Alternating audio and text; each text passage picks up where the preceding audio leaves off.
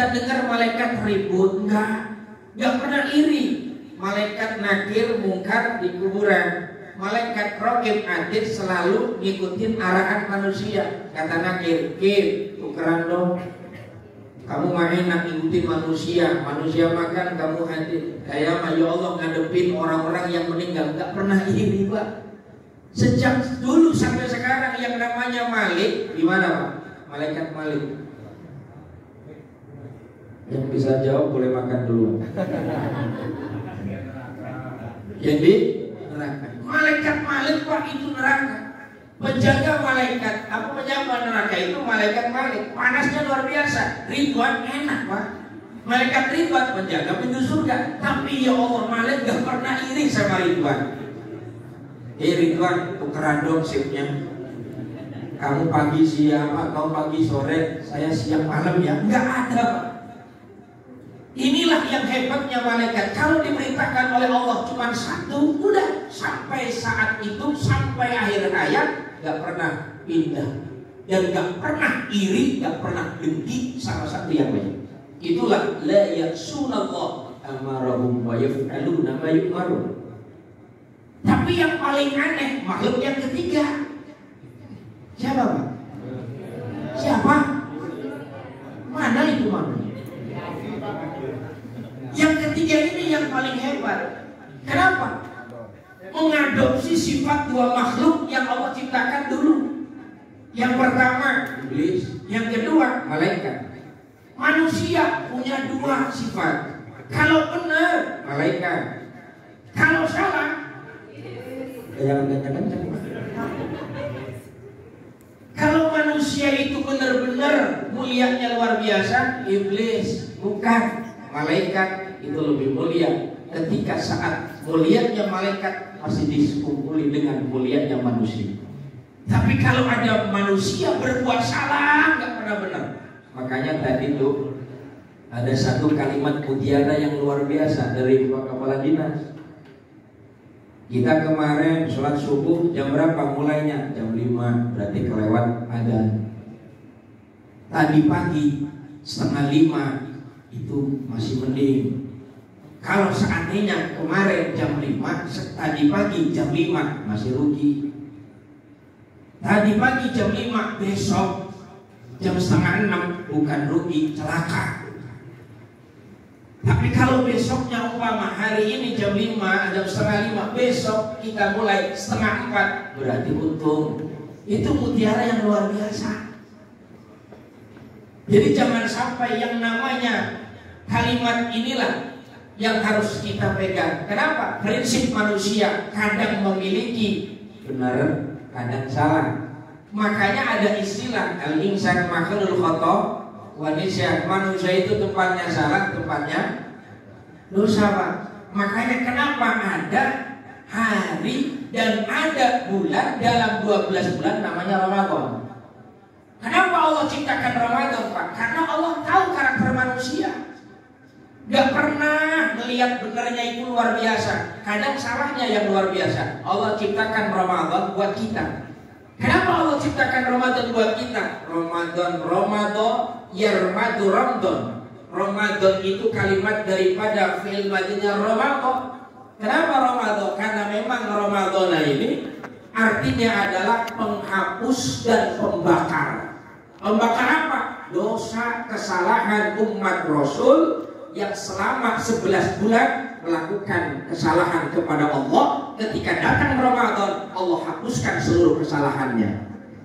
Amin. Udah telat. Perasaan nambah sawah, nambah kayak gini. Aduh ya Allah ya Rabbi subhanallah. Ini yang terjadi, Pak. Makanya kenapa Allah ciptakan Ramadan. Ramadan ini sungguh indah buat kita, Pak, untuk penghapusan.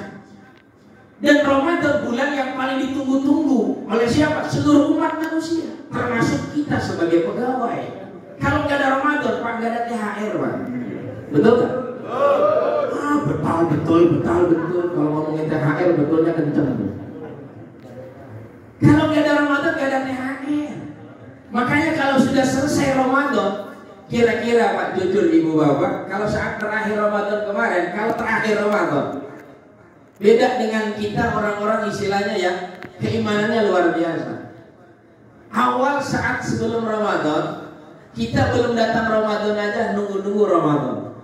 Makanya Rasulullah pernah mengklasifikasi, dalam arti mengkelas-kelas orang yang setelah ditinggal Ramadan. Ada 3 kelas. Yang pertama, kata Rasul bilang gini, selesai Ramadan Allah mengkelas-kelaskan umatku. Pertama, muttaqin. Kelas pertama. Kelas kedua, muslimin. Kelas ketiga, muslimat. Ini kita ke bagian kelas yang mana? Yuk kita bahas. Karena yang tadi dikatakan oleh Pak Kepala Kadis tadi bilang apa? Syawal ini bulan peningkatan, Pak. Apa yang harus kita tingkatkan? Kenapa kita ini ketika ditinggal Ramadan kok kayak orang yang istilahnya ya seelo aja seremonial, padahal Ramadan sudah mengajarkan yang namanya kesabaran, keikhlasan, kedisiplinan. Contoh pada saat Ramadan, Pak, itu kopi sekalipun kita disodorkan kopi es campur gorengan, kalau belum azan diminum nggak? Diminum nggak kalau belum azan? Dipaksa suruh minum umpama, minum enggak, belum azan kok. Benar nggak? Ya Allah ya Rabbi subhanallah. Makanya apa? Ada kelas-kelasnya. Yang pertama adalah muttaqin, menyesuaikan dengan hasil yang dikatakan oleh Allah dalam Al-Quran. Hei ya ayyuhalladzina amanu, ujungnya apa? Kutiba alaikumusiyam, ujungnya la'allakum tattaqun. Supaya apa kita berpuasa dalam 1 bulan Ramadan? Supaya kita menjadi orang-orang yang bertakwa. Maka hasil didikan Allah di bulan Ramadan, maka kita menjadi orang yang bertakwa. Siapa orang bertakwa? Sebelum Ramadan luar biasa kualitas ibadah kepada Allah. Datang Ramadan nambah kualitas ibadahnya luar biasa. Selesai Ramadan nambah kualitas ibadahnya luar biasa kepada Allah. Itulah la'allakum tattaqun. Masuk gak kira-kira? Kita masuk golongan itu gak? Contoh kecilnya ibadah yang mana Ustaz? Contoh, sebelum Ramadan doyan witir. Datang Ramadan witirnya rajin. Selesai Ramadan witirnya ditambahin. Gitu gak Pak? Masuk kategori gitu gak kita? Enggak kayaknya. Jauh benar. Yang kedua, muslimin. Sebelum datang Ramadan yang namanya salat qabliyah jarang-jarang. Apalagi qabliyah isya. Ba'diyah isya jarang. Begitu Ramadan, wih doyan bener tuh Pak. Qabliyah isya, ba'diyah isya, orang mau tarawih. Selesai Ramadan, qabliyahnya hilang. Ada orangnya doanya. Jadi ada orangnya lagi duduk. Jadi seperti itu. Yang parah yang ketiga kelasnya mana? Musiman. Sebelum Ramadan gak pernah doyan yang namanya sholat, apalagi sholat sunnah. Begitu saat Ramadan, ya Allah ya Rabbi subhanallah, doyan bener awal doang terawih sama akhir. Ada orangnya Pak. Soalnya memang bener tuh. Puasa itu ibadah yang paling pintar untuk bisa kita bohongi Pak, dibandingkan dengan ibadah-ibadah yang lain. Gak ada ceritanya sholat bohong Pak. Gak ada ceritanya kita lagi sholat bohong dalam arti apa? Sholat, udah sholat belum? Kita lagi sholat ibadah sholat kita bohong, gak bisa. Masa iya sholat bohongan? Gak ada sholat bohongan. Zakat bohongan, apa yang dikeluarkan gak bisa. Tapi kalau puasa bohong bisa Pak.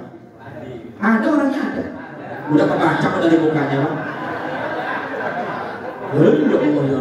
Kalau bisa mau dikumpul di depan ini. Yang pinternya luar biasa.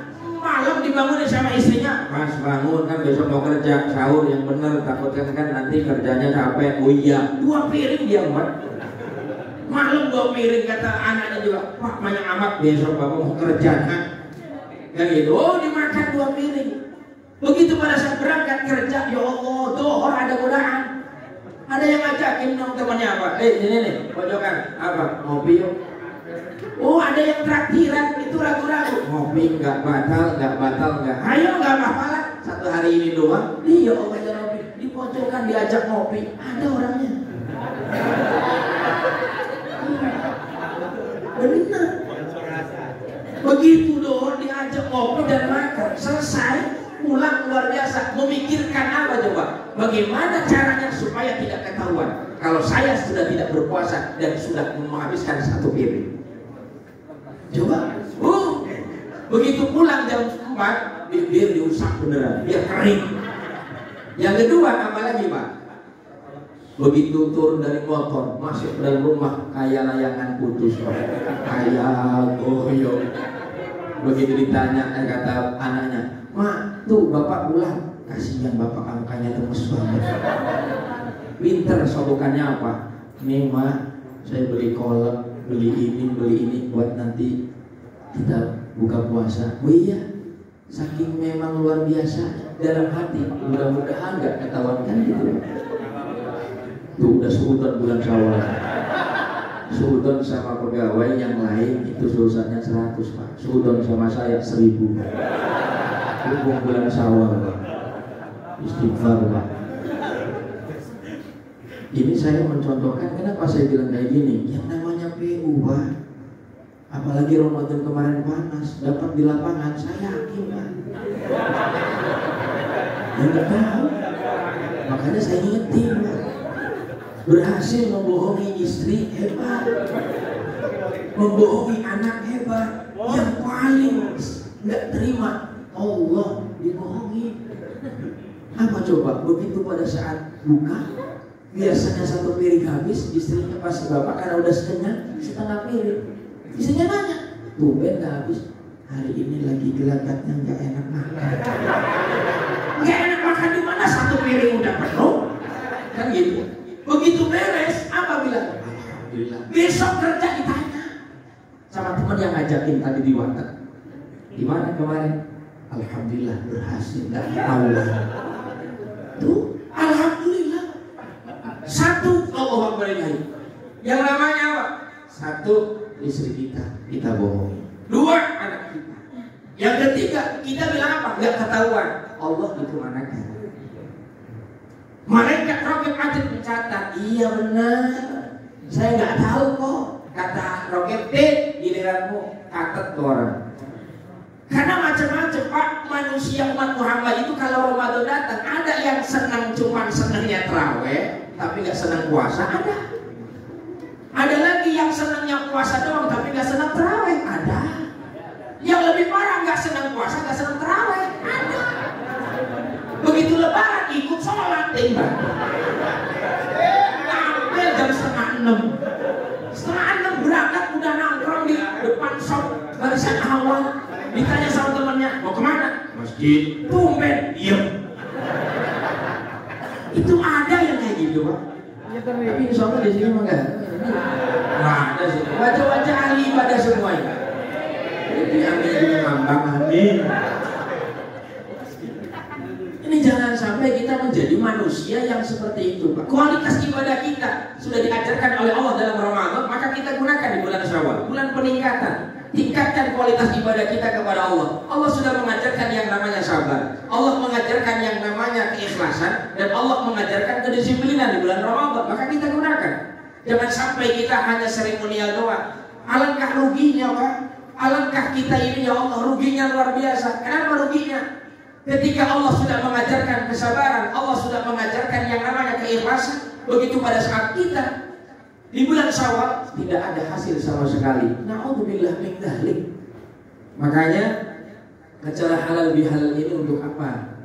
Intinya apa sih? Cuma di negara kita doang yang ada acara halal bihalal Pak.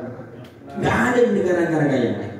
Kenapa ada acara halal bihalal? Karena memang ini untuk menyempurnakan rasa syukur kita kepada Allah. Karena di antara kesalahan manusia itu dua, hakullah kita dengan Allah, kita dengan hakul adam dengan manusia. Kalau dengan Allah kemarin kita sudah selesai. Mana maksudnya selesainya Pak? Bu, kita selesai dengan Allah pada saat kita Ramadan. Tapi kalau dengan manusia, saya yakin di antara para pegawai, di antara nih di kantor kita ini kan ada pimpinan, ada bawahan. Kadang-kadang kita ini sok ngomongin di belakang. Makanya disitulah halal bihalal Pak. Menyempurnakan kualitas ibadah kita dengan cara saling maaf dan memaafkan. Ada satu kalimat di dalam Al-Quranul Karim. Apa kata Allah Subhanahu wa ta'ala? Alladzina yunfiquna fis syarra'i wad dharra'i wal kadhimina al-ghaidha wal 'afina 'anil nas. Allah katakan ketika saat manusia diberikan kesempatan berpuasa Ramadan, Allah berikan yang namanya piagam penghargaan. Kalimat penghargaan itu adalah la'allakum tattaqun, orang-orang yang bertakwa. Jadi kalau pengen Bapak Ibu tahu kualitas hasil Ramadan, kan bukan Ramadannya. Jangan pamer gini, kemarin Ramadan hatam berapa kali? Hebat, 5 kali. Oh enggak. Kalau ditanya itu, kemarin Ramadan ikut iktikaf enggak? Bu, alhamdulillah ikut. Bukan itu yang pengen Allah. Hasil Ramadan itu sekarang kita ditanyanya, mana tuh? Makanya kata Allah, ciri orang yang berhasil dididik oleh Allah Ramadan itu ada 3 orang. Yang pertama, alladzina yunfiquna fis sarra'i wad dharra. Orang yang masih senang kayak Ramadan, bersedekah dikala punya dan tidak punya. Pak, banyak yang sedekah itu di bulan awal Ramadan. Kalau di bulan awal banyak nggak yang bagi takjil, Pak? Kalau di bulan Ramadan kemarin banyak nggak yang bagi makanan? Banyak. Sekarang, Pak? Kenapa itu? Ramadannya udah hilang. Kenapa orang banyak berbagi itu di bulan Ramadan? Allah mengajarkan agar pada saat di bulan selain Ramadan kita seperti itu. Makanya la'allakum tattaqun, apa jaminan orang yang bertakwa setelah kita puasa Ramadan? Wa jannatin 'arduha as-samawati wal ardu u'iddat lil muttaqin. Surga yang Allah sediakan buat siapa? Buat orang-orang yang bertakwa. Maka orang yang bertakwa itu yang bagaimana? Dia senang berbagi kepada siapapun saat Ramadan, dan setelah selesai Ramadan dia masih senang berbagi. Syaratnya bagaimana? Alladzina yunfiquna fis sarra'i wad dharra. Sedekah itu jangan nunggu kaya, Pak. Beda dengan prinsip kita. Kalau kaya, sedekah. Kalau ada, sedekah. Bukan itu prinsip Allah. Prinsip Allah dalam Al-Quran, sedekah itu dikala kita miskin, dikala kita kaya. Dikala kita ada, sedekah. Nggak ada, sedekah. Bapaknya nanya, Ustaz, kalau nggak ada, apa yang disedekahin? Betul nggak? Saya pengen sedekah nih, tapi nggak ada, tapi ngerokok, Pak. Bingung kan? Soalnya ada orang yang seneng ngerokok sampai 2 bungkus sehari, tapi kalau sedekah nggak mau, Pak. Ada orangnya, Pak. Di sini mah nggak ada. Sono. Iya, kadang-kadang ada untuk merokok, ya Allah, bela-belain tuh sehari 2 bungkus, tapi kalau untuk sedekah nggak ada, nggak mau. Kan luar biasa. Bahkan yang saya pernah ingetin jamaah saya, Pak, di majelis zikir di rumah saya di pesantren itu banyak yang jamaah ahli hisab itu, Pak. Iya, ahli hisab. Dan ada ahli ru'yah juga. Ya, ahli ru'yah itu kan yang nggak merokok, Pak. Kalau hisab kan ahli rokok. Makanya nggak boleh jauh-jauh kan ahli hisab dengan ahli ru'yah, Pak. Harus bergandengan. Kalau nggak bergandengan, nggak ada hilal, Pak. Benar nggak? Benar nggak? Itu membela diri doang, Pak. Saya juga ahli hisab, Pak. Artinya gini, saya nanya, ketika ada acara momen di majelis itu milad atau harta, ya Allah ya Rabbi, sumbangan itu luar biasa, Pak. Berat. Padahal sumbangan itu dalam setahun cuma berapa? 100.000 setahun. Tapi pada saat itu saya bilang, ya Allah, tiap malam kalau tiap Rebo itu kumpul 2 bungkus habis orang. Dari sejak jam 9 sampai jam 12 itu 2 bungkus pada habis. Tapi kalau untuk 100.000 setahun, itu bilangnya apa? Berat. Pertanyaannya apa? Kalau nggak ngerokok, kalau saya nggak ngerokok, saya nggak hidup. Ada sampai segitunya. Saya bilang gini, oh berarti nyawamu ada di rokok ya. Berarti engkau sudah murtad, keluar Islamnya setengah. Kalau nggak merokok, nggak hidup, berarti yang menghidupkan, berarti Islam kita sudah Bukan. Mentuhankan rokok itu. Makanya udah. Alladzina yunfiquna fis-sarai wad-dharra. Makanya yang pertama kata Allah Subhanahu wa taala, orang yang benar-benar takwa adalah orang yang mampu dia bersedekah di kala ada dan tidak ada. Caranya bagaimana sedekah kalau kita nggak punya apa-apa? Gampang. Rasulullah sangat luar biasa. Karakter kita diketahui oleh Rasulullah. Kalau kita nggak punya apa-apa, apa yang dikeluarkan Ustaz? Kalau saya nggak punya uang, makanan saya belinya dengan uang, nggak ada uang. Kalau memang dengan tenaga saya udah nggak kuat tenaganya, dengan cara apa? Rasulullah bilang apa? At-tabassum shadaqah. Udah nih kita punya muka punya muka ini sedekahin. Ngapain? Apa coba? Itu. Ini yang punya muka berangkat dari rumah sampai ke kantor itu libet. Ketemu orang diem aja. Begitu saya ketemu sehat. Lebaran kemana? Gak kemana-mana. Ya Allah. Itu kadang-kadang ada orang yang punya muka gak pernah senyum, Pak. Kira-kira maaf ya. Kalau kita punya teman punya muka gak pernah senyum, Pak. Ngajak ngobrolnya enak gak? Enak gak ngobrolnya? Waduh, ya Allah, mendingan saya ngobrol dengan pohon pisang, Pak. Ih, puas dia sih. Mau nonjok juga ditonjok enak. Coba kalau punya teman diajak ngobrol diem, mukanya nggak pernah senyum, gimana coba mau nonjok, takut di BAP? Ya iya. Ya Allah ya Rabbi subhanallah. Makanya ini yang terjadi. At-tabassum shadaqah. Karena Rasulullah bilang ini, idkhalu surur ala qulubil mu'minin afdalu min ibadati sab'ina sana. Barang siapa yang punya wajah, dia menyenangkan wajahnya untuk saudaranya. Ketika wajahnya tersenyum, saudaranya senang, maka itu sama halnya dengan ibadah 70 tahun ibadah tanpa maksiat kepada Allah. Untung gak, Pak? Makanya senyum itu berat. Apalagi senyumnya terhadap orang yang kita benci. Ayo, masih kuat gak, Pak? Kalau benci sama temannya, senyum bisa. Aduh, gak bakalan. Bu, ibu punya teman, ya, satu kantor, ada yang dihasutin sama ibu yang dibenci, senyum di hadapannya, bisa nggak? Bisa nggak? Mau bener, udah kelihatan mukanya udah. Nggak bakalan, kadang-kadang apa? Begitu, ini contoh halal bihalal. Terakhir, selesai doa, saya pengen semua harus saling maaf dan memaafkan. Karena di antara satu pegawai, satu kantor ini pasti pernah kita mengomentari, ngomongin di belakang luar biasa. Sedangkan kata Sayyidina Umar, ingat Pak, Sayyidina Umar bilang apa? Satu kali kita membicarakan aib saudara kita, 70 tahun ibadah sholat kita apapun tidak pernah ada catatannya di hadapan Allah Subhanahu wa Ta'ala. Berat. Dosa yang paling terberat adalah apa? Ghibah. Ghibah itu nggak pernah ya Allah ya Rasulullah. Ghibah itu bukan perempuan doang, Bu. Oh, juga ada. Makanya kenapa pohon sukun itu jarang berbuah? Itu tempat ghibah. Ayo Allah ya Rasulullah. Kalau ada pohon di bawahnya ada bangkunya dan itu tempat ghibah, itu pohon nggak bakal berbuah. Panas, cocok. Kata ruang yuk. Ya gimana nggak panas, yang satu laporan. Begitu, ngopi sini, duduk lagi ngopi. Kenapa? Aduh, sempret doang. Diam dulu. Kawan soal. Kadang-kadang itu. Kenapa?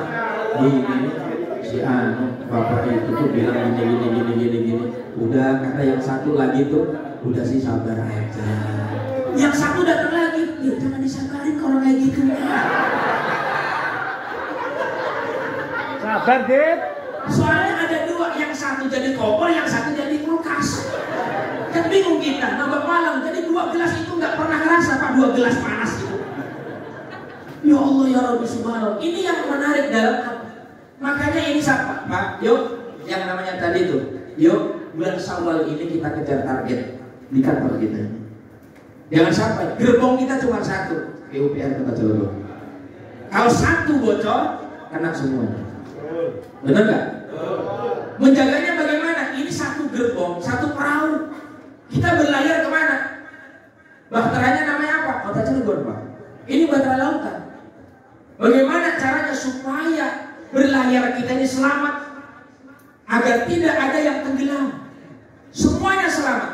Bagaimana caranya? Yuk, yang di atas kontrol tuh, yang di bawah awas, batu baranya kehabisan. Kalau perahu Pak, kalau kapal kan gitu.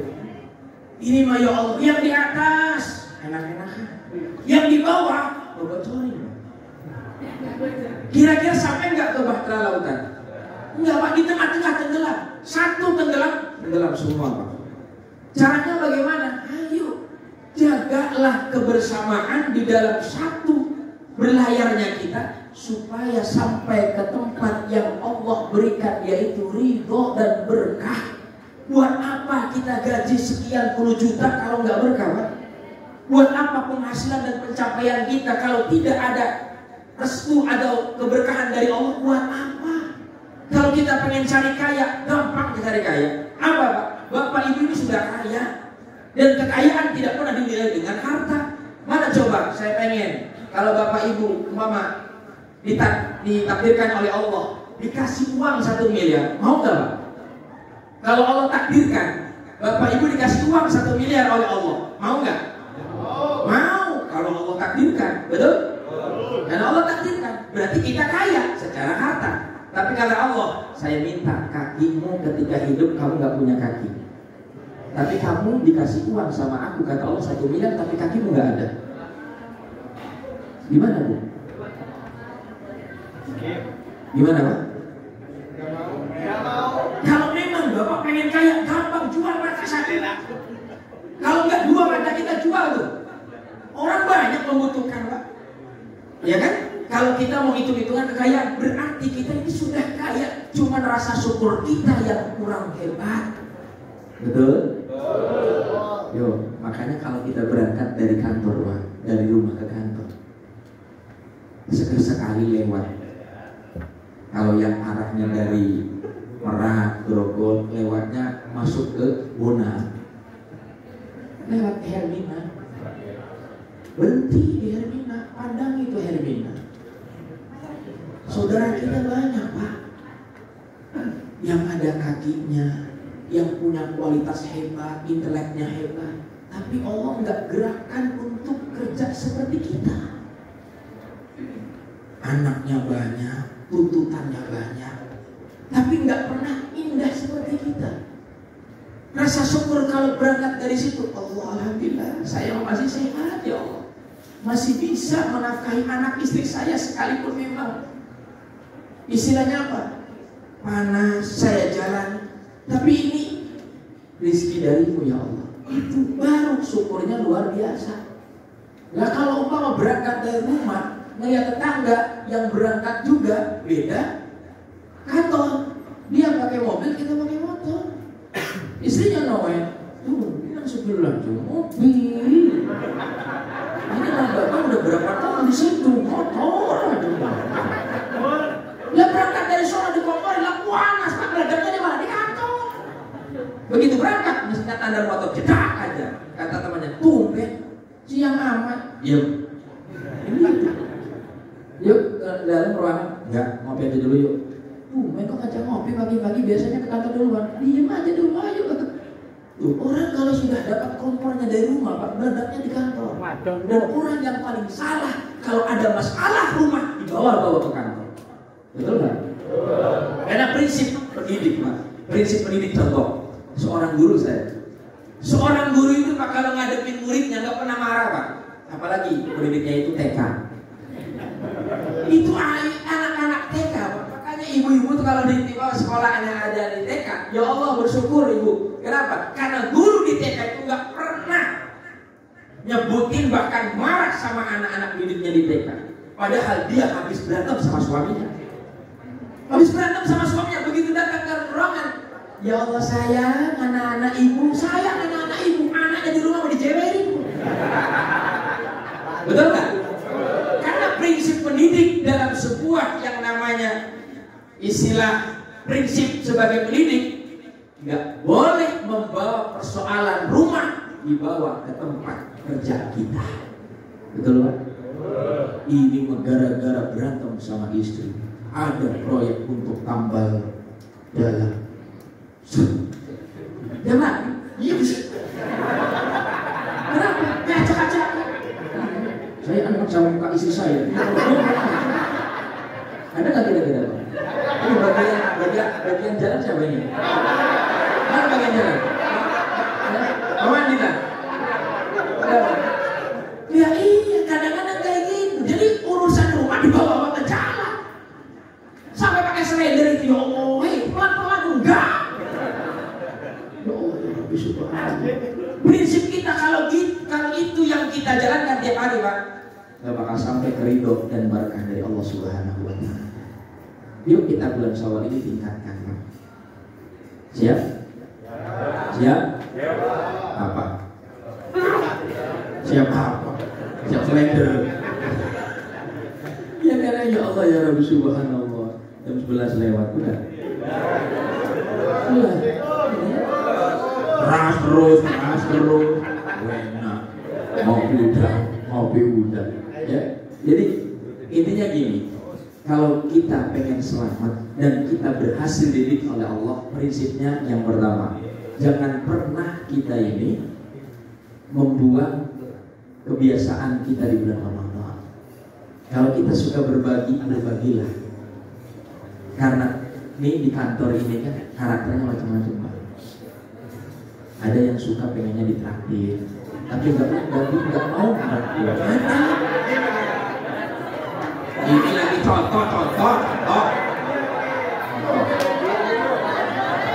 Ayo bener.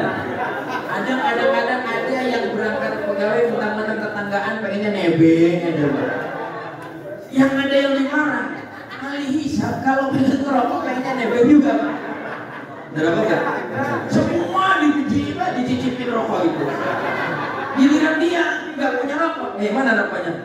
Ketinggalan. Makanya apa? Prinsipnya bagaimana? Ya, yunfiquna fis sarai wad dharra. Kita harus apa? Belajar yang sudah diajarkan oleh Ramadan, berbagi. Insya minimal dengan apa berbagainya? Wajar, Pak. Kalau sudah Bapak dibungkus dengan kain kafan, Ibu bisa nggak senyum? Kalau sudah terbungkus dengan kain kafan bisa senyum nggak? Manfaatkan sebelum dibungkus dengan kain kafan. Senyum itu untuk saudara. Tapi untuk ada kalau ada orangnya, Pak. Udah pulang di sini nanti sore semua senyumin. Jangan, yuk. Ayo kita senyum itu luar biasa. Ya. Yang kedua apa? Wal kadhiminal ghaidh.